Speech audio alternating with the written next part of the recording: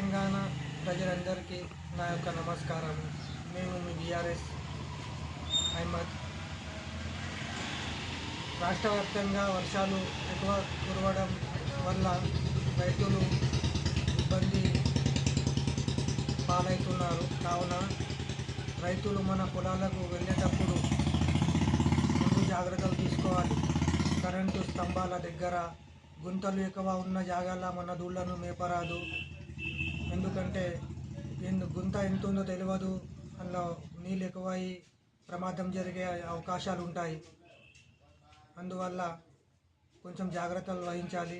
మన రోడ్డు మీద వెళ్ళేటప్పుడు వాహనదారులు కూడా కొంచెం జాగ్రత్తలు వహించాలి.